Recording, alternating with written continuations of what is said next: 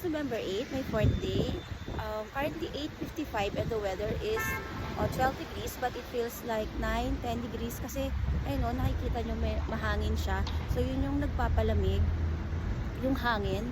Kaya nag-coat ako today. And then hindi ko rin kasi sure kung anong weather sa Nami pero feeling ko mas malamig doon. Kaya sinuot ko tong black coat and then pink na long sleeve, medyo makapal siya. And meron din akong panloob pa. And then itong medyo makapal na pants from Uniqlo baka naman.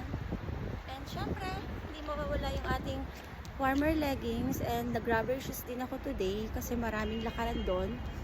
Ayokong sumakit yung paa ko, hindi maging komportable para ma-enjoy ko yung scenery. And then sa mga magta-travel this weekend or until next week, malamig siya talaga. Like -3 to 1 degree. Kaya make sure to bring your warmer clothes, yung pang-layer nyo, heat-tech. Pwede rin naman kayong bumili dito sa Daiso. May mura. Around 5,000 won. So, yun lang. Bye!